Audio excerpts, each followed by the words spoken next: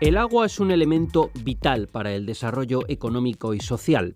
Un informe del Foro Económico Mundial determinó que la crisis del abastecimiento de agua supone el segundo riesgo global de mayor impacto y está entre los 5 riesgos más probables a nivel mundial.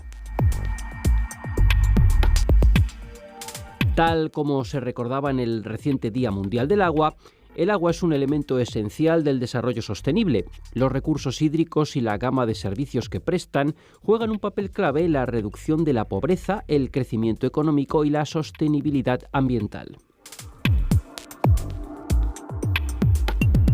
En este programa vamos a conocer algunas curiosidades en materia de gestión de agua que nos llevarán a viajar por instalaciones espectaculares. Megaestructuras en forma de presas, trasvases o depuradoras que constituyen un ejemplo de cómo se aborda la problemática del agua en algunas zonas del mundo. Para ello nos acompañan 2 profesores del Departamento de Química Inorgánica y Química Técnica de nuestra Facultad de Ciencias. Vicenta Muñoz, bienvenida. Gracias. Y Jesús Álvarez, bienvenido. Gracias. Bien, ¿por dónde empezamos, profesores? No sé si por las presas, ¿por dónde comenzamos? Es una buena aproximación. Queríamos hacer algún comentario sobre algunas instalaciones especialmente importantes, hablando en términos de dimensiones, que tienen tamaños que se escapan a la comprensión habitual y que son determinantes para el desarrollo de la vida en cualquier parte del planeta. Las presas se suelen clasificar atendiendo al interés del que hace la clasificación.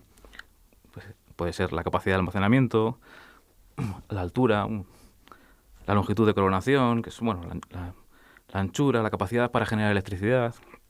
Lógicamente, si el que la diseña o el que la encarga está interesado en proveer de agua o de electricidad, pondrá el acento en uno u otro parámetro. Entre ellas, miles de presas que se han construido a lo largo de los siglos y con especial profusión en el último siglo.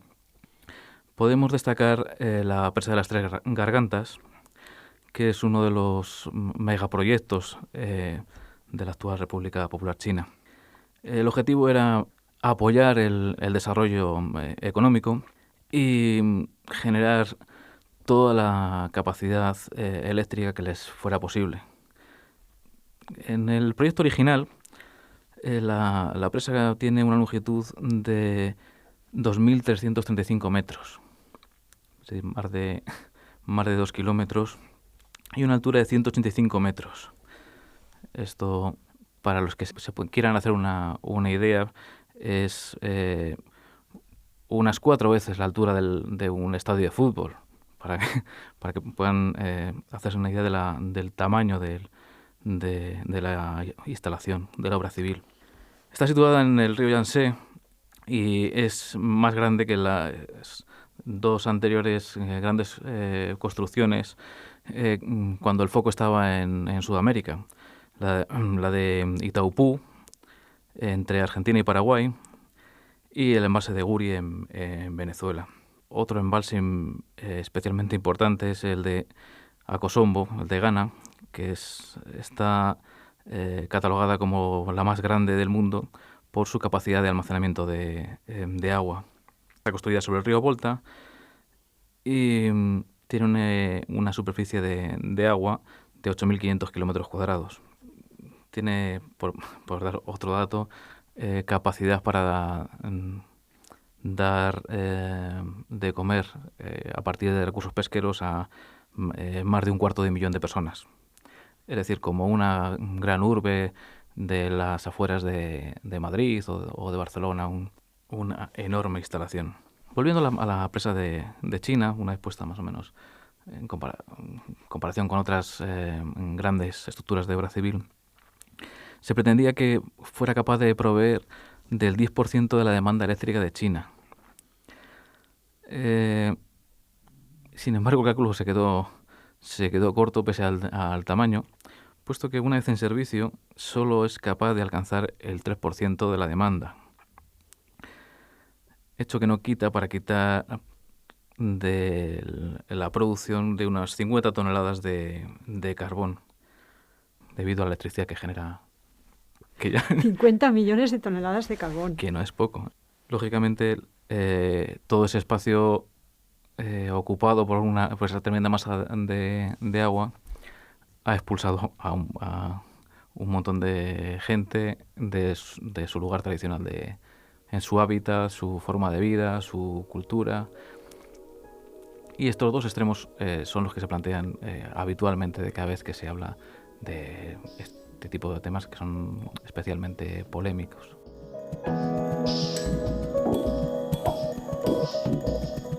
Profesora Muñoz, esta gran obra china de las tres gargantas ha provocado otras consecuencias en forma de trasvases.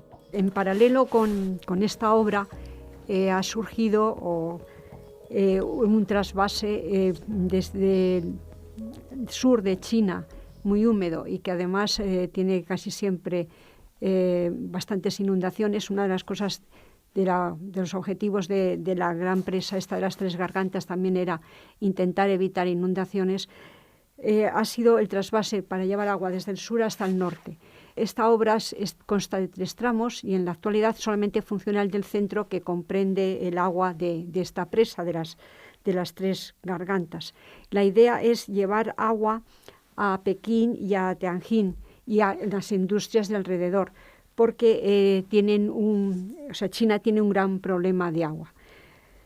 Y hablando de trasvases, este tramo de medio de trasvase es de 1.200 kilómetros de longitud, que es una cantidad bastante considerable. Es casi como de extremo a extremo de la península ibérica.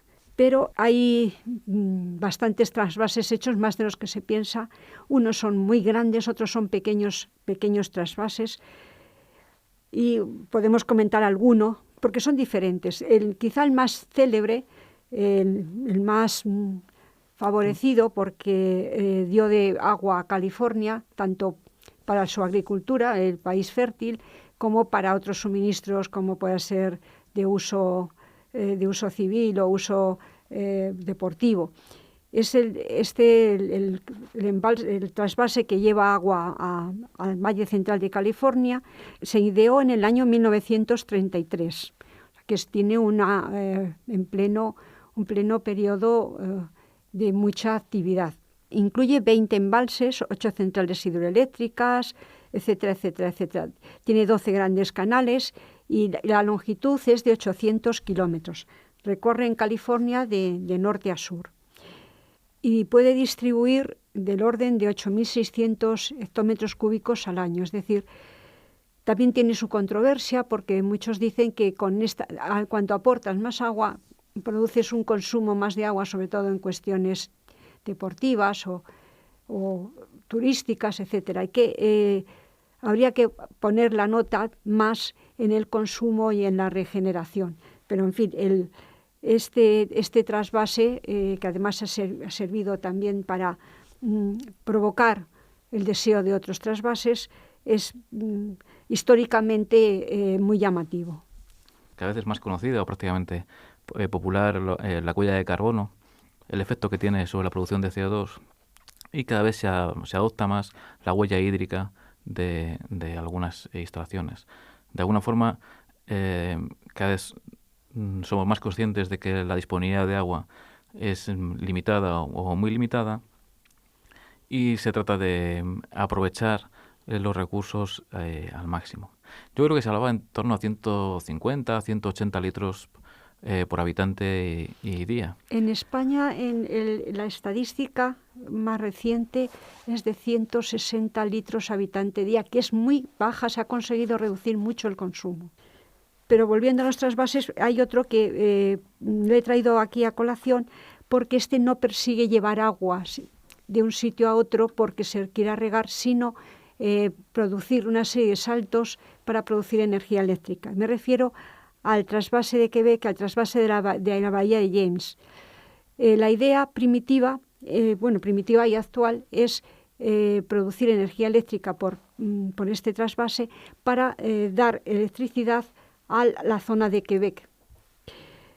La idea fue primitiva, pero se ha ido retrasándose la construcción. Incluso se podría decir que todas las fases no están terminadas y posiblemente no se terminen.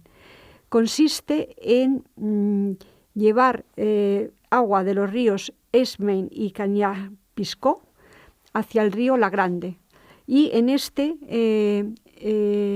río hacer una serie de centrales hidroeléctricas, de tal manera que tienen ahora mismo una capacidad 3 veces mayor que las centrales eléctricas de las cataratas del Niágara. Es decir, es como las cataratas del Niágara, 3 veces mayor la capacidad que tienen, a base de hacer una obra civil muy grande, cambiar las características de las cuencas, y hay una gran diferencia de altura, por eso la obra civil es muy importante. Ha supuesto un costo de 20.000 millones de dólares. Y, por ejemplo, como una curiosidad, el canal que toma una desviación de agua para llevarla a la central eléctrica de Robert Bourassa está hecha a 30 metros de profundidad, y la caída desde este agua que aportan hasta el río, donde está la central, tiene una altura mayor que la catarata del Niágara. Entonces, ¿qué tiene este trasvase de típico? Primero, que está hecho para generar energía eléctrica, no para llevar precisamente agua de regadío o agua a poblaciones, y que tiene una gran controversia entre los habitantes de esta zona, que son los Crees de la bahía de James, los Inuit del norte y muchos grupos ecologistas. Digo que las últimas fases se ha aceptado no realizarlas. En cambio, otro trasvase que este sí tiene como objeto dar agua para la agricultura es el de Australia, país árido por excelencia, y que suministra 1.200 hectómetros cúbicos desde el río Snowy hacia la cuenca del Murray y Darling. Y esto ha dado agua y sobre todo fiabilidad del suministro de agua, de que va a haber agua todos los meses del año, que no siempre es posible en ciertas zonas de Australia.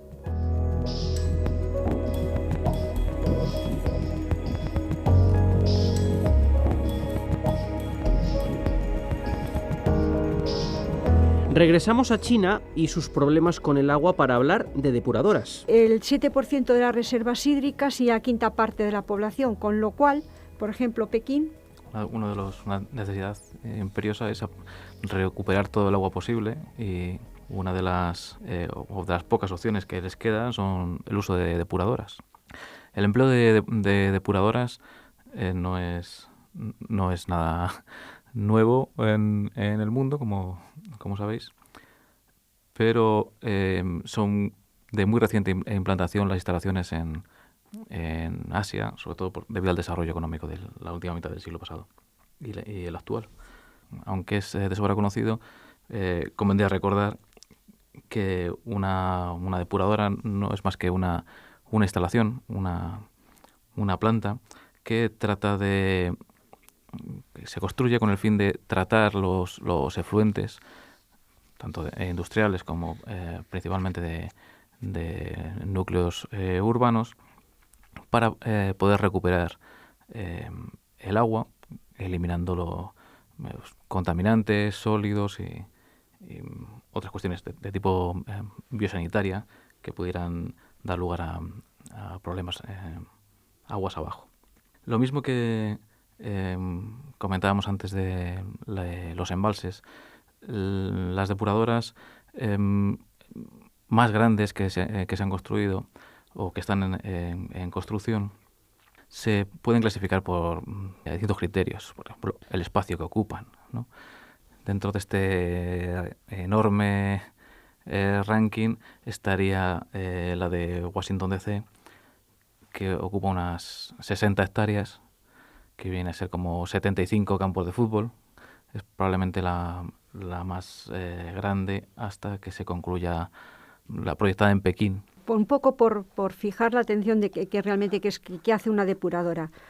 Una depuradora lo primero que tiene es una corriente residual en la que hay agua, compuestos inorgánicos, compuestos orgánicos, de todo un poco. Lo primero que hay que hacer es separar todo el material sólido que se pueda. Una vez hecho esto, se pone en contacto este agua con sus correspondientes compuestos orgánicos que mantienen en suspensión o solubilizados con microorganismos no muy específicos, son los mismos microorganismos que de alguna manera regeneran el agua cuando decimos en las corrientes pequeñas fluviales de agua corriente. Aquello de agua corriente no mata a la gente. ¿Por qué? Pues porque tiene una serie de microorganismos que pueden descontaminar el agua siempre que estos microorganismos no sean la Escherichia coli, claro. Entonces, el problema en las grandes centrales no hay que alimentar demasiado, sino que la propia naturaleza contiene los suficientes microorganismos. Lo que sí que ocurre es que estos microorganismos se alimentan del material sólido. Entonces, cambiamos material de detritus sólido, orgánico, por material de detritos de microorganismos, no de detritos, sino material de microorganismos y también sus detritos. Con lo cual, la cantidad de materia no cambia mucho, se rebaja un poco, pero no mucho. Y lo que sí ocurre es que estos microorganismos forman unos flóculos, unos fangos, y a ellos se queda adherido mucha materia inorgánica. De esa manera, después ese agua se separa, quedando una corriente acuosa y una corriente de fangos. Esto sería una forma simplificada, porque hay que hacer a veces tratamientos posteriores con microorganismos más específicos para liberar nitrógeno atmosférico a partir de los nitrógenos orgánicos y para liberar fósforo. Pero ya serían tratamientos incluidos en este tramo. La cuestión es que nos encontramos con dos corrientes, una corriente de agua que después tiene que ser tratada para desinfección y una corriente de fangos que tiene que ser. El fango tiene un 95-96% de agua. Hay que condensarlo, extruirlo para secar agua y posteriormente secarlo. Este sólido de fangos se puede someter también o no a compostaje, con lo cual en estas centrales o se puede llevar a otra digestión con otros microorganismos, pero anaerobios. En cualquier caso, tenemos dos caminos. Uno, tener un compostaje que se utiliza como biosólido para fertilizantes y para incluso para materiales de estos de pseudoadorno en jardines, etcétera, etcétera, o llevarlo a otro tratamiento por microbiano en régimen anaerobio, que necesita unos volúmenes muy grandes. Cuando vemos plantas con la forma de las plantas, encontramos unas grandes bolas, vamos a decir así, de construcción, que serían los digestores anaerobios, y aquí se produce el microorganismo lo que hace es, trabaja tan a nuestro favor que transforma esta materia orgánica microbiana en un gas que contiene CO2 y metano. Y es un gas que puede usarse como combustible en la propia depuradora o en otras circunstancias, o se quema para producir electricidad.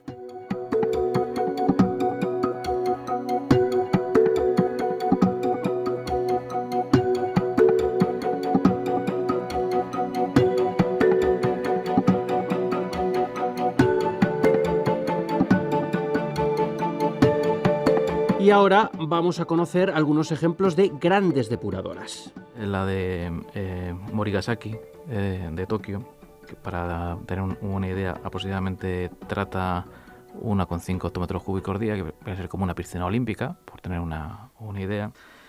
Y de los digestores aprovecha el metano producido con una capacidad de hasta 3 megavatios, que es bastante. Y el mismo agua, en pequeños saltos, todavía lo recupera en microhidráulica entre menos de 1 megavatio, 0,8, 0,7, dependiendo de la disponibilidad.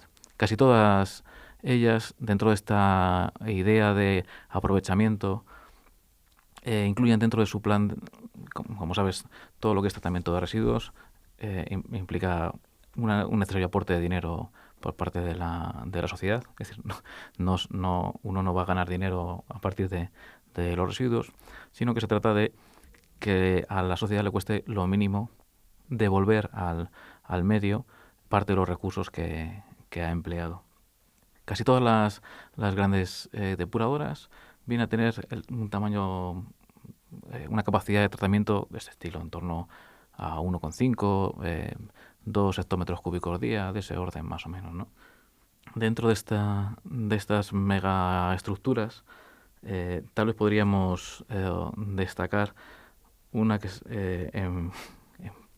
casi en perpetua proyección, que es la de Chicago, que se escaló para tratar unos 5,5 hectómetros cúbicos al día, sin duda, o al menos hasta que se construya la de Pekín, la de Beijing, la más grande por capacidad de tratamiento del mundo. Las depuradoras que se han ido instalando en Norteamérica tienen su origen en finales del XIX, principios del siglo XX. Y las grandes obras, como sabéis, son casi parte de la Belle Époque, no solo en embalses, sino en la depuradora en Washington, Chicago. Hay muchas de ellas construidas en momentos en los que había bonanza económica y el desarrollo requería grandes inversiones. Bueno, los almacenes los mataderos de Chicago había que tratar todos ese residuo líquido de alguna forma. De ahí el escalado tan enorme de Chicago. Se habla de que es capaz de producir 150 toneladas al día de residuos sólidos, de bioresiduos, que se aprovechan, están comprometidos todos en el uso, los peletizan y lo utilizan como bases de fertilizantes, para preparación de masas vegetales para adornos en sitios públicos, plazas, avenidas y similares. Y tiene un proyecto reciente muy interesante, puesto en marcha a partir de 2013, con la intención de recuperar el nitrógeno y el fósforo. Como se comentaba, en parte de la salida del digestor hay una concentración de nitrógeno y de fósforo muy importante. En este caso se habla de 10 a 15.000 toneladas al año, que vertidas al río da lugar a un fenómeno que se conoce como eutrofización, pues un crecimiento incontrolado de microorganismos o algas, o depende del lugar y las condiciones climáticas, que consumen todo el oxígeno y como resultado acaban matando ríos. En este caso el objetivo era tratar de proteger un poco al Mississippi y por ende al Golfo de México, que es el siguiente en origen.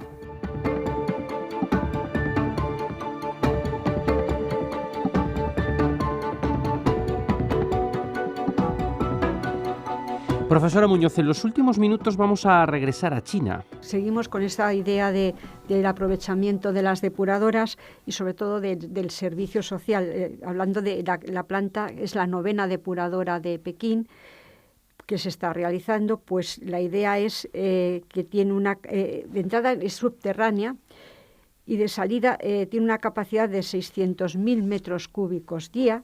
Y va a dar servicio dentro de Pekín a 3 millones de habitantes. Pekín tiene bastante más, pero es que es la 9ª depuradora. Luego, como curiosidades, en Europa, hablando de la más grande, sería la de París, que da servicio al 80% de la capital francesa. Se puso en funcionamiento en 1940 y, por supuesto, ha tenido remodelaciones, puestas al día. La idea también es que no tenga una contaminación visual. Entonces, estas grandes plantas están dentro de un terreno, dentro de una estética. Por ejemplo, están cubiertas rodeada de árboles, los digestores están con cubiertas verdes. Y un dato curioso sobre la ventaja del agua depurada que vierten al Sena, claro, pues o por lo menos en parte.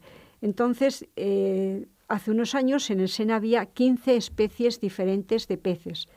Ahora se han logrado comprobar que hay 35 especies diferentes de peces, es decir, la calidad medioambiental ha aumentado tremendamente.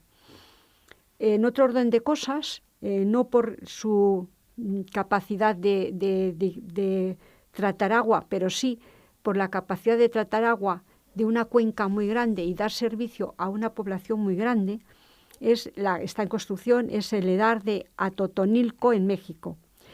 La idea es, los caudales punta son pequeños, 35 metros cúbicos por segundo, pero es que da servicio o quiere dar servicio a 10 millones y medio de habitantes, todos del Valle de México.